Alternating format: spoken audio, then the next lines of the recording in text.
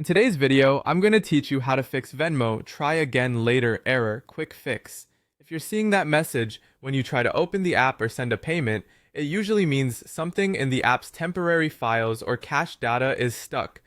The cleanest fix on an iPhone is to offload and reinstall the app from your device settings. This refreshes Venmo without deleting your account data or transaction history.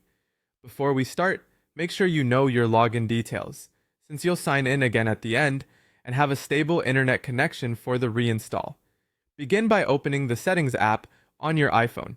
We're going to work through your system settings rather than the App Store, because this method clears the app while preserving your documents and data, which is safer than a full delete.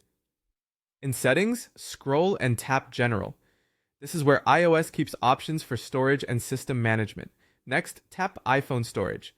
Give it a moment to load. You'll see a list of all your apps and how much space they're using. If you have a lot of apps, it may take a few seconds. Once the list appears, scroll until you find Venmo. If you don't see it right away, you can wait for the index to finish calculating or use the search bar at the top if it's available on your iOS version. Tap Venmo to open its storage page. Here you'll see the app size and the documents and data it's holding. Now tap Offload App. A confirmation pop-up will explain that offloading removes the app itself, but keeps its data on your device. That means your login, settings, and records aren't wiped. Confirm by tapping Offload App again. Your iPhone will remove the executable while keeping your data intact.